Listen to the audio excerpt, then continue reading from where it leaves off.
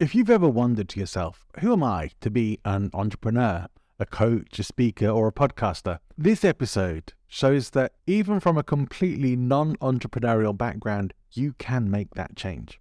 This is Podfluence, the show that helps you to grow your influence and income with podcasts. My name is John Ball, and my mission is to help you as a self-employed business coach or speaker to grow your influence and income now so that you can have a continuously thriving business. That said, if you are a personal brand service-based solopreneur, this content can definitely help you too. Nicole Baldinu is not just one of the nicest people you could ever hope to encounter, she's also a founding partner of Webinar Ninja and the $100 MBA course and podcast with her husband and co-founder Omar Zenem. Now, one of the things I was particularly interested to get into with Nicole was understanding more about webinars and using them as a tool to grow your business. Nicole shares with us some of the best practices and also some of the things to avoid doing with your webinars. She also shares with us why you may want to consider starting your own podcast, and certainly how her and Omar ended up starting the $100 MBA and building that into one of the most downloaded podcasts in the world. When we recorded this show, I was just coming back from quite a long hiatus from not having recorded any episodes at all and just rebranded the show. I say that in the hope that you might forgive me that I was woefully underprepared for this interview. And the reason I put it out, even at the risk of my own embarrassment, is because Nicole is a high-value guest and she saved the day. Even with a poor interviewer on this particular episode, you're going to get a lot of value out of the conversation that I had with Nicole. So I tried to edit it to make it as cringe-free as possible for you to listen to, so that you get as much of the value that we talked about as you can get. That said, if you have your device in your hand right now, do me a solid and click the plus button on Apple Podcasts or Spotify or wherever you need to press on whichever listening platform you're using to subscribe to the show so that you can get weekly updates of Podfluence as they drop. For now, pop in your earpods. Let's get started. Welcome to Podfluence, the podcast for business coaches and professional speakers who want to build audience and authority through podcasts. Here's your host, international coach and speaker, John Ball. Welcome to the show, and today on Podfluence, I am very happy to be joined by someone who has some serious expertise and some interesting business ventures that I am looking forward to talking about, because they're all going to be very relevant to you if you are a coach and a speaker, or if you have expertise-based personal brand business. This is definitely something you're going to be wanting to pay attention to. So let me formally welcome to the show, Nicole Baldinu. Hey, hi, Did I Johnny. say your name right? You did. I think I got really excited when I heard you say my name right. Nicole, I've really been looking forward to speaking to you, not just because you are such a nice person. And when we had a chat before, I was like, you're so nice. And I'm really looking forward to having you on the show, but also because you are involved in some amazing businesses. Particularly fascinating to me that you have a webinar business. It's Webinar Ninja, is that right? Correct, yeah. Yeah. And It's one of our bits. tell us a little bit more about the webinar business and why you started that. I wasn't always in business. I actually started my career as a teacher, a high school teacher, and I did that for 12 years before going full-time into, I'm going to do something else. I don't know what that something else is going to be. It turned out to be entrepreneurship, which led to the $100 MBA and then subsequently Webinar Ninja. That's really in a nutshell how that kind of trajectory led me to Webinar Ninja, and I co-founded that with my husband and co-founder Omar. And really the way Webinar Ninja came about was quite early on. I mean, we're talking 2014 now. So it's, at the time there weren't that many other solutions out there. But we had already started the $100 MBA, which at the time initially started as a business training and community for aspiring people to learn the foundations of business, which I didn't have at that time. Like 10 years ago, I did not know anything about business. And I don't mind admitting that because I've learned a lot along the way and I'm still learning. But Me too. Right, aren't we all? So we had the $100 MBA. We were trying to get new members. So that membership was slowly growing. And Omar started running webinars to teach business, to give little workshops and bring in new members to the $100 MBA. And so, as I said, 2014, there weren't a lot of solutions out there. He's kind of Frankensteining bits and pieces together to make it all work each week. And it was really quite a headache to put those webinars together. So it was really early days. He had a little bit of coding and developing skills that, so he was able to do it, but he thought there's got to be like a better way to do this. So he did recruit just a freelance developer at the time to help him create a very minimal viable version of that first version of Webinar Ninja. And when we were running those workshops, he's teaching these workshops on this thing that he's put together. Somebody on the workshop asked, "Oh, what are you using to run this webinar?" And he just said something I slapped together. And then the subsequent question was, "Can I buy it?" Right, of course. So that makes sense. Because I think at the time, I was doing webinars at that time, and I think pretty much the only horse in town was GoToWebinar. It was like that or pretty much nothing. Yeah, the grandfather of the industry, right? We always refer to it. Yeah. But, it had its limitations, and I'm pretty sure it still does as well. Yeah, I think I haven't checked it out recently, but I don't want... It doesn't seem to have changed.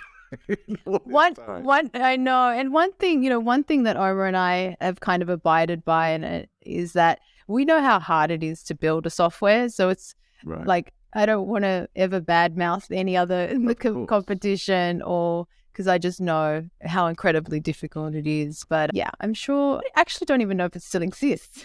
Oh, do you know, it's been so long, but there's, I guess most people are kind of doing Zoom. I think they are still around. I'm pretty sure I've been on some webinars with people who are still using them. Yeah. But yeah, certainly they don't have necessarily the functionality that a lot of people might want. Or at least they didn't. I couldn't say now. It's been so long since I checked them out.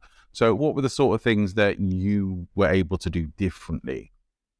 I think we wanted to create, as former teachers, so both Omar and I were former high school teachers before we turned to full-time entrepreneurship, that interactive element, that the less of the one-sided, just getting information and not getting anything back, was something that we wanted to replicate in the online space, right? In having that back and forth, whether it was an interactive chat, a way to ask questions, polls, all of that. So we're really looking at, when building Webinar Ninja and all the different iterations of it, always looking to how can we maximize the interactivity and the engagement and the participation of people who are on there. Because really it kind of became this thing where, a live webinar was the next best thing to an in-person event. And of course we saw over the pandemic how critical these solutions became when people couldn't meet in person anymore.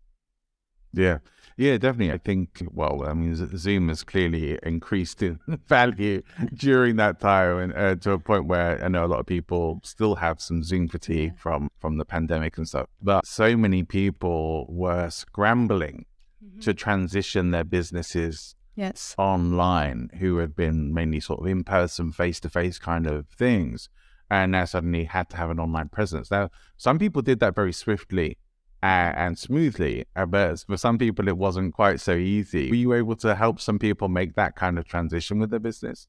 That was what was really interesting, and one of the challenges, to be honest, because we did end up having customers who were very new, were trying to make that swift transition, and frankly were desperate to get their business and their services and their offerings online so that they could continue to keep the lights on.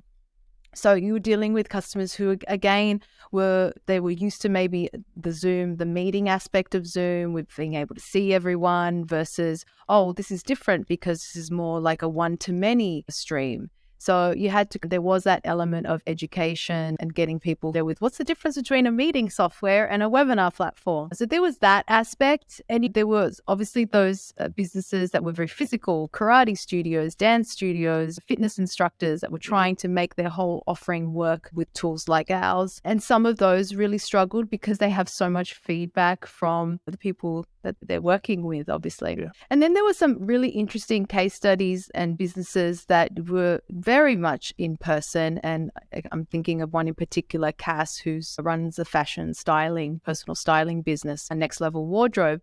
She's a fashion consultant. She does in-person styling. She shops with her clients. And when everything shut down, what was she going to do? And it was really interesting to see her business evolve and her offering evolve when she started delivering webinars, teaching all the fundamentals of fashion and styling and all of that. And then at the end, offering people to work more with her one-on-one. And she was able to continue. And a lot of her business still depends on bringing in new people via webinars and continuing to serve people all over the world. So it's an interesting time. It was a really interesting time. Definitely. I know for me, I mean, I've been doing webinars, I think, since around 2011, something like that. So it wasn't a big transition for me. It was out of something I was already doing. What were you doing webinars? I mean, you could teach me, like 2011. Wait a second. Yeah. Who's the expert here?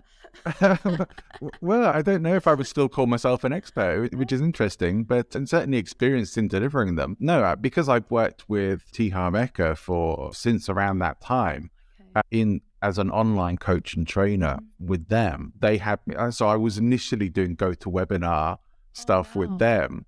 And then we transitioned when the industry standard became a bit more like you should be seen on video, and switched everything over to Zoom. But I had to not just learn how to work with the technology, but also to be able to deliver in a way that was going to be interesting and engaging, especially if you know Harv, someone who is quite passionate about what he does. And he's very keen that his coaches and trainers have that kind of passion and excitement with people as well. So yeah, there was some experience there, but I certainly still wouldn't call myself a webinar expert. I still learn so much about this subject from so many other people all the time. And so I think, oh yeah, I'm no expert. I'm just experienced. Yeah, that's the best I can say. It makes you an expert to me. No, that's awesome. Yeah, kind of. But that brings me to an interesting thing here, because delivering webinars, if we even call them webinars, a lot of people now are saying don't call them webinars because people are sick of hearing webinars. Yeah. Have you come across that? Yeah, there's definitely like a bit of we talked about before, Zoom fatigue or a cookie cutter approach that started to emerge. And so you feel like, okay, there has to be an evolution. There has to be an innovation in the industry, because eventually a lot of these things can have a shelf life. They'll have to evolve into something that's, more interesting, more exciting, something new for audiences to consume. So definitely the use of the word webinar is interesting. And I find that too, because we have users all over the world who speak different languages. It was interesting when they're wanting to customize their registration pages, their landing pages, they may want to change the word. And it made so much sense. Like it's totally understandable. Not everyone is going to understand this word. Or then masterclasses became a popular way of referring to these workshops. And I think just people adopt these different ways of calling a workshop a lesson or an online presentation. I think whatever's on trend and whatever's kind of understandable. So I definitely saw that transition from webinar to masterclass. They happen too, but yeah, I've seen a lot more people saying masterclass or event or things like that, for sure. And I get it. Just, when you're doing it in the industry, you want to call it a webinar. You want to say, it's webinar. But when you're titling it for marketing and stuff, maybe not. But I see plenty of people who still do that, and it's not a problem. So I'm not convinced it's such a big issue as some people. Yeah. Some people are claiming it to be. Like, I see Pat Flynn, for example, still using webinar, and it's like it doesn't seem to affect his business. So I think people will still look for the value there. But how valuable are webinars for coaching and speaking businesses to be able to get additional business? Or, what kind of uses do you see people mainly going for with them now? Yeah, I see that. I suppose by thinking of our our users directly, they're wanting to get more clients, attract more potential clients. So being able to deliver something online en masse at scale like that and get as many people opted in and interested as they can is definitely a very effective way to demonstrate what they know, how they can help, build that trust, that trust that you really do get and see when it is a live webinar, especially. So we've definitely seen coaches be able to deliver and teach what they know and give incredible value and leave people watching with that desire to learn more, want to have more exposure, direct contact, work with the person. So if they're done well, if that presentation is effective, then that's what you want. You can only cover so much in 45 minutes to an hour. And so that leaving that desire to continue the conversation further is, done very effectively with a webinar. Yeah. Yeah. So that does lead me to ask you, what in your opinion makes a good webinar? There's a lot of things. There's that participation. The same thing that would happen really on stage as well if you were giving a talk on stage. Asking for that feedback, asking for quick participation, whether it's the things that we know are pretty common in the space. Tell me where you're tuning in from. What's something that you're here to learn today? Like, why are you here today? Type in the chat. So that constant re-engagement. And what I see really good hosts do is ask very short questions and quick questions that just elicit a very rapid fire. Just type, give me an emoji, and you just see the chat blowing up with all these emojis when, they ask a very simple question. And so just that constant re-engagement and being aware that because you are delivering, and you would know this from your experience, right? You are delivering content via a screen, your energy has to be taken up a few notches. And so those kind of presentation skills come into it.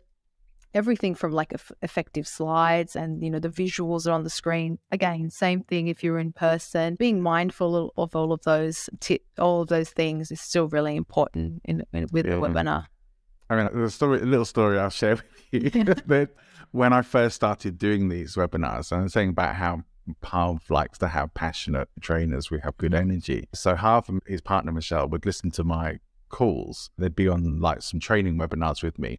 And at the end, get the feedback like, yeah, the energy's just not there yet. It's just not there. And I'm thinking, but I'm really working on it. I feel like it up. Yeah, I feel like I'm really delivering a super energy level. If I go much higher than this, I'm gonna blow people's brains out. It's like I didn't want. I was a bit concerned about that. But they're saying, no, you have to get the energy higher. You have to get the excitement and the enthusiasm kind of just dialed up more. We want to see that. And if you can't, if you can't do it, we will find someone who can. Okay. And so that sounds really harsh, but it was exactly what I needed to hear. It's like, okay, this is not an option. If I can't do it, I'm out. Mm-hmm. So I have to make sure I can do this. And so I really, really pushed myself to do it. And it was absolutely right to say that, because I think you bring up a great point that the energy you have to bring is a little bit different. Like even as a speaker, you have to bring a good energy, a high energy. Yes. But if you come too high energy, people are going to probably get a bit turned off by it, right? Yes. So we tend to find that a bit overpowering. Yeah. Yes. I agree with you there. And I definitely think, and I think I took this from teaching days as well, there's that kind of modulation, or, if you're up here the whole time, like you said, it's exhausting. And when the energy is too low and it's continuous, that's a snooze fest. No one wants to hang around for that. So definitely being mindful of those moments in your presentation where you're much more high energy, when you can bring it down. If it's something more serious, if you're sharing a personal story, maybe being a little bit vulnerable, just like in person, that the sentiment behind your voice is going to change. And I think that variation, that variety needs to be present in a presentation as well. Yeah, I do think you have to bring some performance energy to these things, because there is such a performance level to it. I wonder what, other than maybe energy issues, what perhaps are some of the pitfalls or mistakes that are quite common for people to make in going into webinars, things like not being able to maybe get people on them, or not running them effectively. What have you seen? I mean, being the title, like what we refer to as like the promise, being very clear on and creating a very effective title that really gives the person who's registering for that webinar a very clear indication of like, what am I signing up for? Because, giving your email, giving up your time nowadays, you can't take that for granted anymore, right? So they really need to know what's in it for them. So I think a lot of the times, what I spend a lot of time teaching is, making sure that whatever you promise, whatever that title is, you can actually accomplish that in that time of the webinar.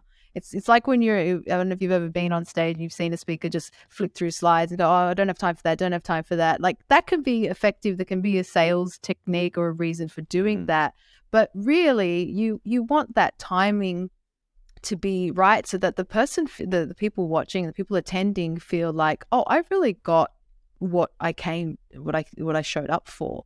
I got that. I got even more maybe through that rapport with the host, that interaction, that participation. They get a little bit more than what they expected. So being really clear and what you can deliver in that time and making sure that you do deliver and get that feedback. Like, did you guys get what you came for? Let me know. I'd say that's one of the things, and I think a lot of the times, and I think I've been guilty of this too, maybe in your webinars as well, where you want to give as much value as possible. And it's very overwhelming, right? Like it comes from a good place, right? It comes from a good place because you want to share as much as you can. But being mindful, especially when someone's on the other side of a screen, that it's really only so much they can listen to for a certain amount of time, and you really want them to take action. So I think being mindful of like what are they actually going to do with the content that I've given them, and being really clear on that. And sometimes I think it's just an information dump.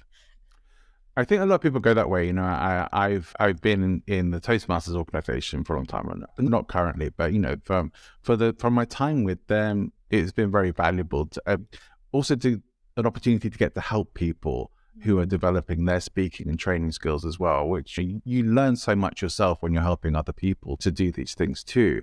And so you're getting developed by people who are higher level than you. Everyone's lifting each other up there. I love that environment. And one of the things I see so often with people, especially newer speakers, which they would likely do in webinars or podcasts or whatever, is the information dump. Is like, oh, they just want to teach, to share all this information. They've done all this research. It's like, so I'm going to give you everything I've researched. Like, that's great, but it's too much. And we don't love that. We don't just want information, because you won't remember it afterwards. Even if you take great notes, you probably won't remember much of it afterwards. And so you're right, is some simple bits of information, 2 or 3 points delivered clearly and explained well, with some like how and some action to take afterwards. And so people are clear on what to do with that information, is far more valuable than just a whole load of information that you can pick and choose from. And so that's true in webinars, it's true in podcasts, it's true in public speaking. It's just avoiding that desire to teach and to over-teach and to be sharing everything you know. You can't pass everything off all at once, and nor should you. No. Being effective is more important. Yeah, and knowing there's that balance of showing them that you care, right? Like they're there for a reason. You're there to share something that they're really hungry for. They really want to know. It's going to help them overcome a problem, a challenge, and whatever it is. And so investing in that time as much as you want to give as much information as you can in actually showing that they're to help and care, that's going to create so much more of a rapport and, a trust in the person who's delivering the content. That, I think, is super important, and I'm glad you brought that up, because we hear it over and over again. It's been discussed on this show in its previous iteration a number of times about how important it is to show that you care, and that there are a lot of people who are quite cynical of coaching and motivational speaking and things like that, because there have been people in the industry, and for a while there was quite a lot of them, who we might call them, Mike Winnick calls them entrepreneurs. We might call them sharks or whatever, but people who are they're just in it for what they can get, and they want your money, and they don't really care about you. And that's been very clear. They have the slick sales, they have the image, they have the videos with the private jets and the Ferraris, whatever else. Think of a few. Yeah, but they don't care about you. And what I see now is far more people want to see that and feel that connection with the people who are selling to them. So whilst I don't think we've completely moved away from the people who are more, perhaps of themselves, are more cynical about their approach to this, just getting money out of the people in the industry, the people who are really caring and showing that they care, I see doing much better now. Yeah. And that's great to see. Yeah. For me, that's great to see. Yeah. I think for consumers as well, it's like the connection part is super important, and hopefully that carries out into other parts of our lives as well. Yeah. That would be nice to think that it does. Yeah. No, and you said the word connection a couple of times, and what's interesting in seeing all the webinars that we've done, and people showing up to them is that you see the same people showing up again and again. Right. And there's a reason why they're doing that. It's because they're still working on that trust. They're still wanting a little bit more time to connect with you and to learn more and to build that trust with the person who's on the other side selling or whatever. And so those moments of connection are really important to keep in mind as you're delivering your content. Yeah. You mentioned something earlier, and I feel like I need to come back to it because I'm pretty sure our listener will be maybe just listening to this thinking, is he just going to leave that out on the table there and not come back to it or mention it? And he's not. He's going to come back to it now. The $100 MBA. Tell me a little bit about that. So the $100 MBA is now a podcast, the $100 MBA show podcast, but it started out as a online business training and community. So Omar had done a little bit of a stint at Wharton Business School because he wanted to be a great entrepreneur, but his marketing professor said, well, what are you doing here? You don't get an MBA to be an entrepreneur. You don't need it. And so he'd already had a lot of experience side hustling while he was in teaching. And so the $100 MBA came out of just let's teach the fundamentals. Not me. He was teaching the fundamentals of business. At the time, I had no idea about business. I knew nothing about business. Let's teach the fundamentals of business for $100. Like make it really accessible so that people can just get started and specifically start an online business, but also had just fundamental business advice.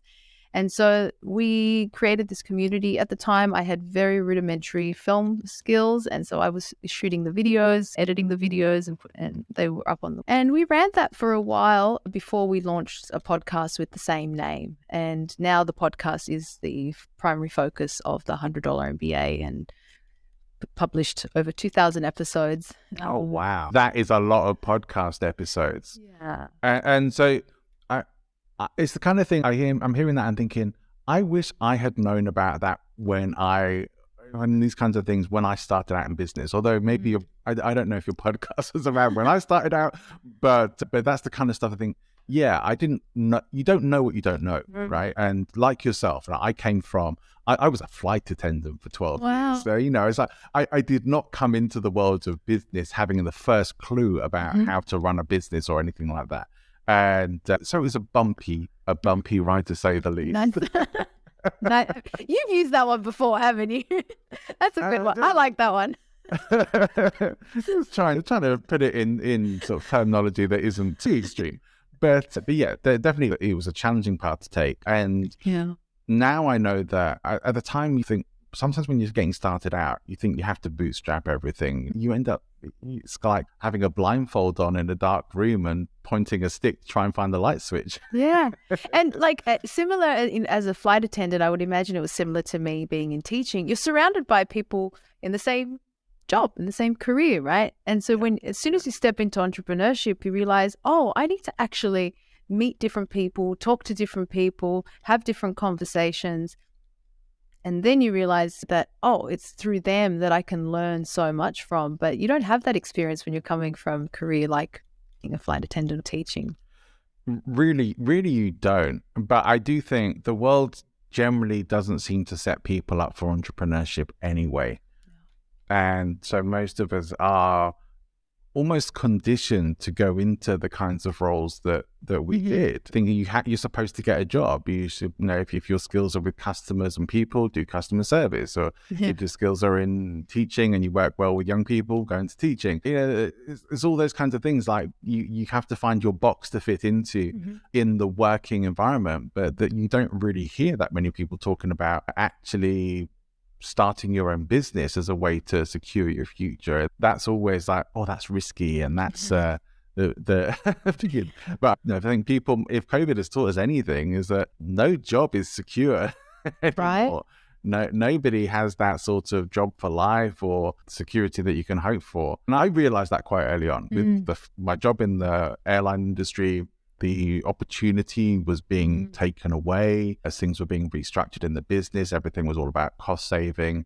And I got to the point where it's time to go. It's really time to go. And now I'm glad I did.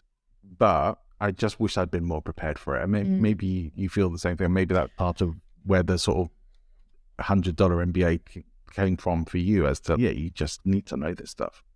Yeah, I laugh at the fact that at myself when and in 2012 when I'm seeing Omar create blog posts for the $100 man, I'm like, what's a blog post? What's a blog? Like I was just completely removed from this world of business. But I think what I ended up, that small stint when I transitioned out of teaching, I went through film school, very short stint at film school, picked up some skills, started freelancing as a videographer. And then pretty much 9 months later, I was already working with Omar and we were building the $100 MBA. But I just learned in that time that the confidence that it gave me was that when I went to film school, I didn't even know how to use a camera really. I didn't know all the fancy settings and aperture and all of that stuff that I learned. I had no idea. Like I started at zero. And I saw that very quickly, like in 4 weeks, I was able to learn a solid amount to get me started, starting to work with clients. And that just really gave me the confidence that in a short amount of time, you can pick up the skills that you need and you can start applying them right away. You're going to make a mess of everything that you do for the first time. Like my first work was just embarrassing, but I improved, I got better. And I applied that philosophy and that mindset as my mindset developed throughout the entrepreneurship journey. And yeah, 10 years on, still around. Which in itself is quite something. Many people do not go that long in their business. That's a testament to what you've been doing. How much or how important has the podcast been as part of that business success? It's been huge.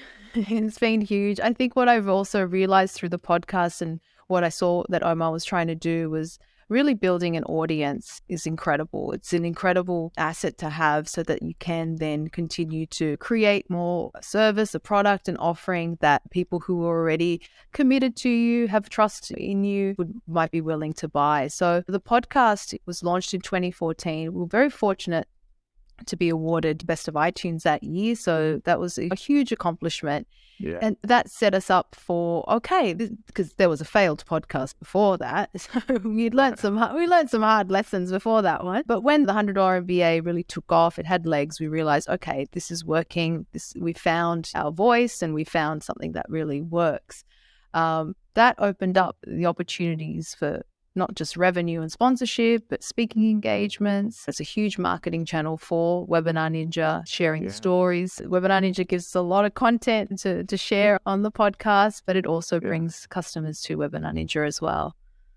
So great. I love that. I mean, I'm not necessarily the kind of person that says like everyone who's sort of a coach or speaker or trainer should have a podcast, but they should. I mean, I feel like they should. I think it's a good thing to have because one of the things that I see, and I get people actually contacting me about this as well, which is that I always welcome the contact from people as well. Just if anyone's looking, can we contact John or Nicole? Like, yeah, you can reach out to us. We're people. We'll speak to you. So I've had people contacting me about that. They're trying to be on all these different channels. They're trying to do all content, have content everywhere.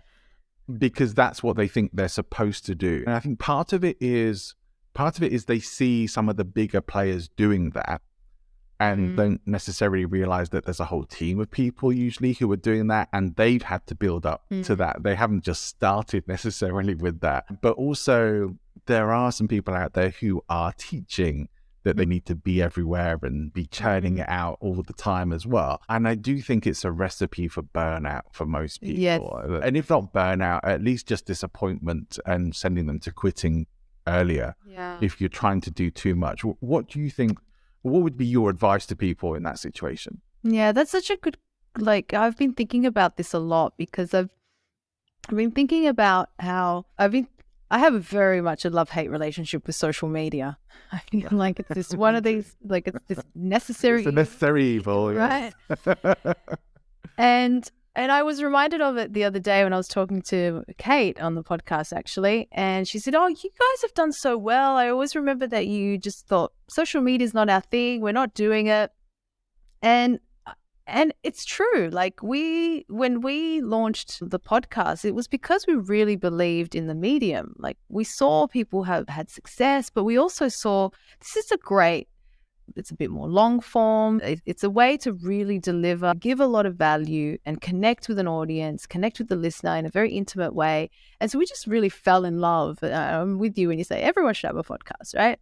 Because it is such a great medium. And then But it takes time, right? It takes a long time to be consistent. It takes that commitment.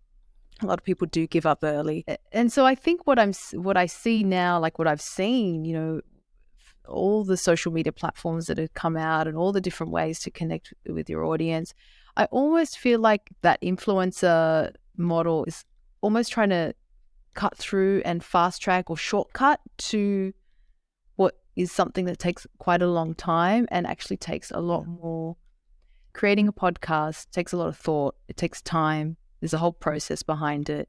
And that's not to discourage anyone, but I think the product you get at the end is quite special. And I don't know what it's like to go on a Facebook Live or an Instagram Live. I'm sure that has a lot of value as well. But I think there is that pressure of trying to be everywhere. And it's just like, why don't you just choose 1-2 mediums that, you know, you really want to double down on and really get traction there before you start to, because when you get traction, when you have the budget, you can bring on a team. You can bring on the team to help you. Exactly that. Yeah. Exactly that. I was chatting to somebody just yesterday who said to me, he's talking about podcasting, and he's saying that, I said, what you've been doing? He's I've been doing all these lives and stuff. And so, yeah, I did that too, but I wasn't really getting any much traction with it. Like people saying, go live all the time and you'll build this huge audience. And it's like, I'm sorry, it did not happen for me.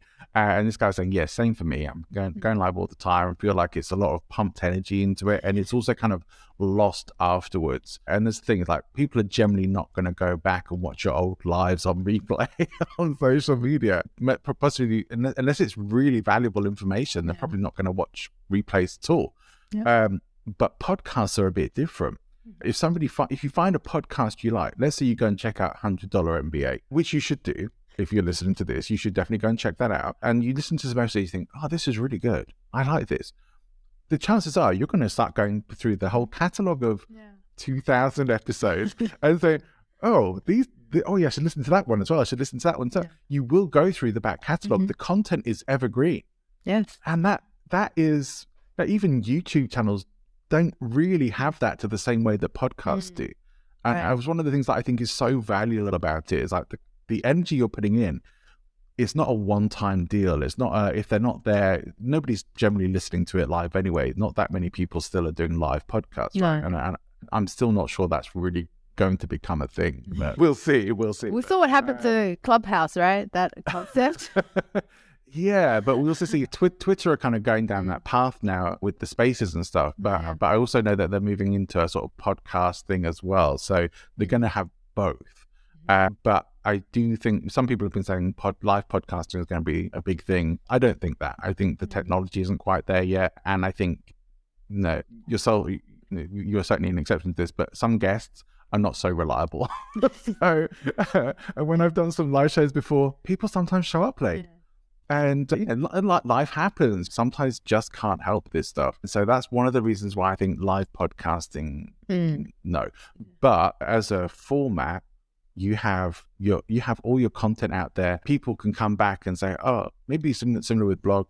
I checked out this episode from however long ago and it was so good. Or you can even refer back to your old episodes. Say, if you want to know more about this, check out episode 66 where I talk about wherever. That's such a good tool to have, and your effort, your energy is repurposed and still available to people. I don't know. I like that. I agree with you. And you mentioned when you said the noise, that when you're on social and live, like it just all that content can just get caught up in this noise. It's super distracting and people are just jumping. I got a notification now. I got a message now. Hang on, what was that? I've got an event to go to. Wait, when did that?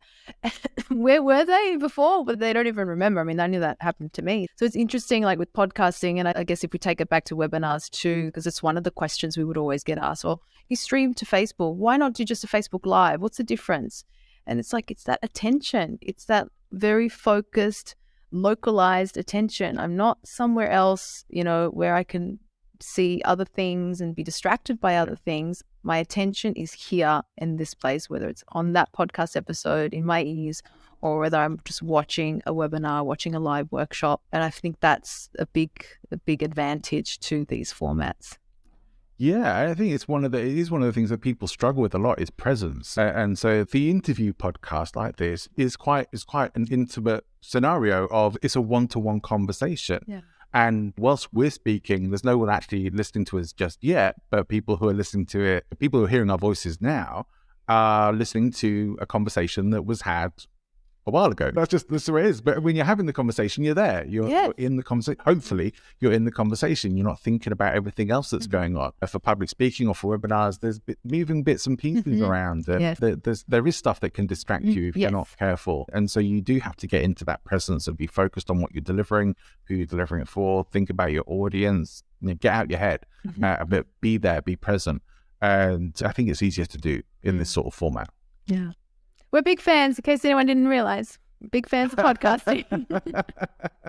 But I wanted to ask you that one of the things that I kind of preach and that Podfluence is all about is being a guest on other people's podcasts, which you very kindly have agreed to come and be a guest on this show. What value does that have for you as a professional? A lot. But the first thing I think about is it's something that my friend said, Michelle, on her podcast, that podcasting is a friend catcher. And I don't know if she paid it forward from someone else where she heard that, but I do feel that these opportunities to connect and have these conversations can result in friendships, lifelong friendships. We're friends now, right, Johnny? I'm putting you on the spot.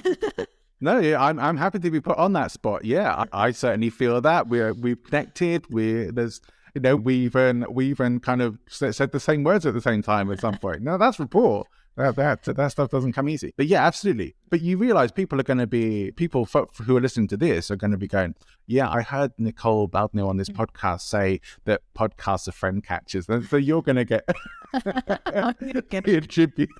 the attribution for that now. Yeah, I don't know who came up with it, but I think I thought it was it's a good one. I like that. It's a good one.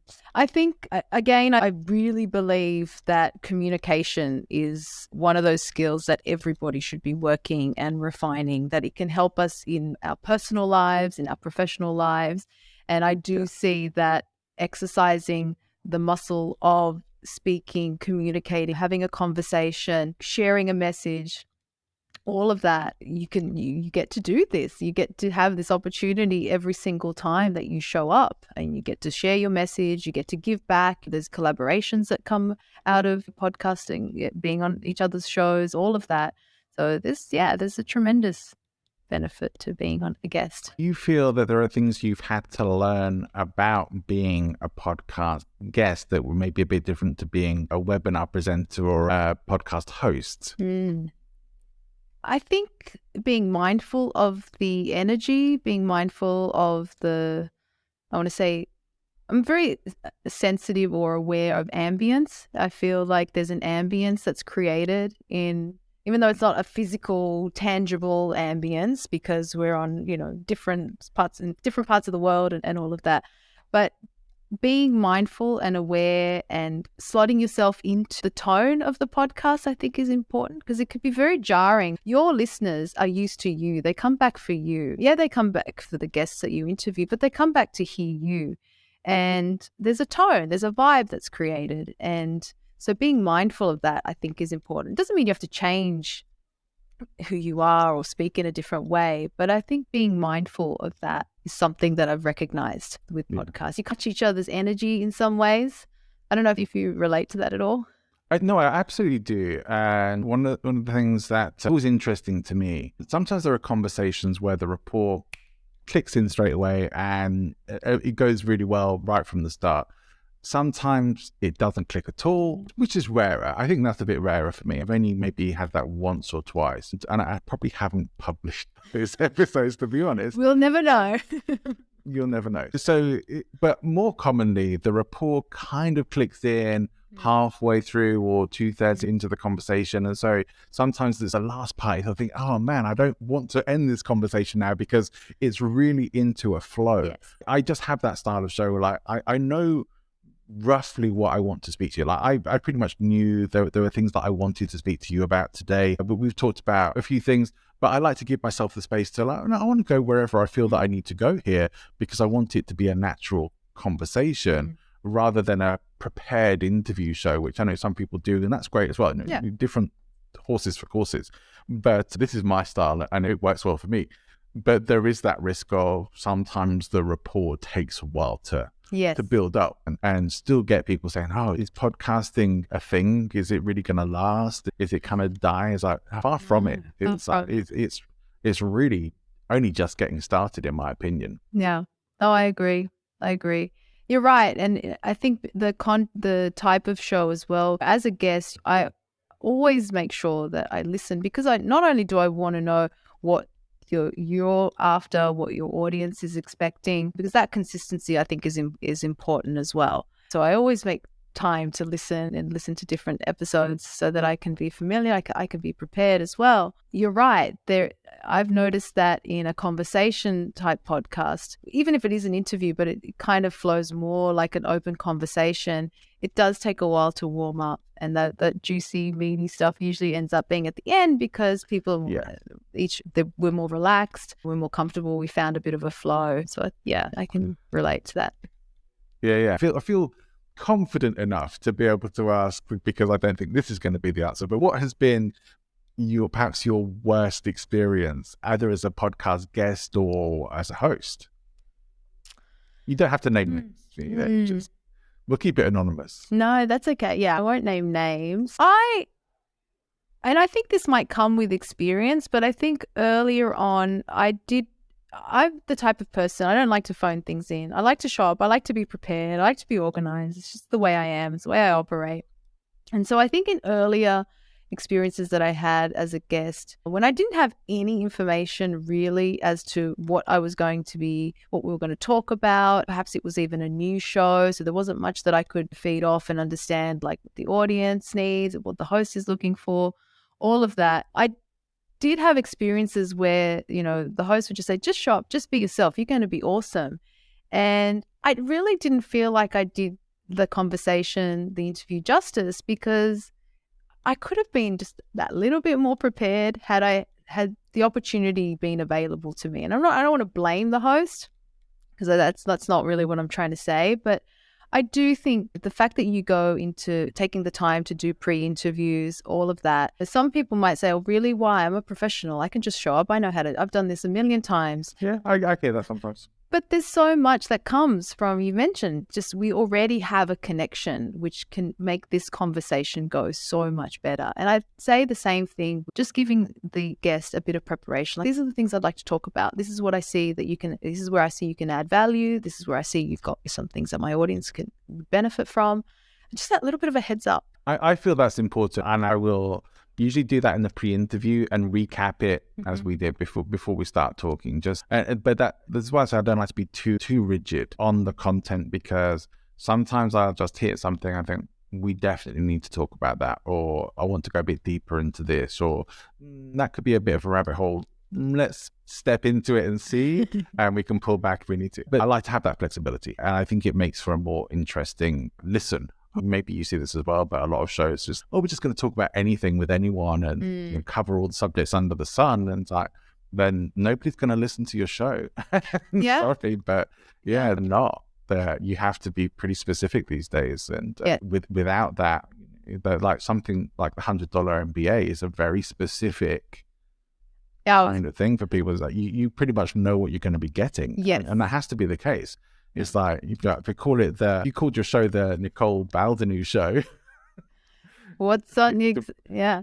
Yeah. Or if I call it the John Ball show, it's like, do people know who we are really that well? Yeah. No, that's not going to pull people in. But Podfluence or $100 MBA kind of gives you an idea. Yes. You pretty much know what you're going to be getting into before you even listen to it. And so long as the content that gets delivered in those things relates to that and it is within that sort of niche, people will keep coming back for it. Yeah.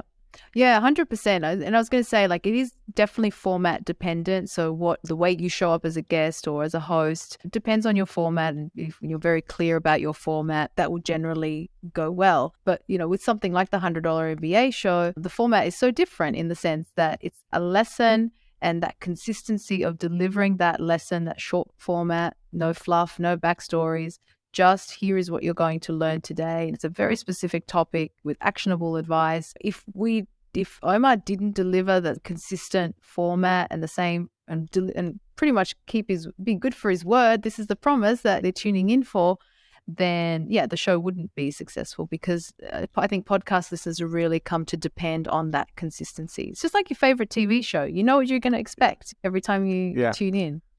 Yeah, absolutely. Is there a recent episode that you think our listeners should check out? What he started to do recently, we used to have a format, again, it's 8 years now, since 2014. We would alternate on a Monday with a must-read and a guest teacher episode. We've recently started to introduce actually having that guest teacher be an interview where Omar interviews a guest. And recently he interviewed Ayman Al-Abdallah, who used to be the CEO of AppSumo. That conversation is super interesting, super interesting. So you want to check that one out. Oh, I'm going to check that out. Yeah. I'm very familiar with AppSumo, and that sounds like that's going to be fascinating.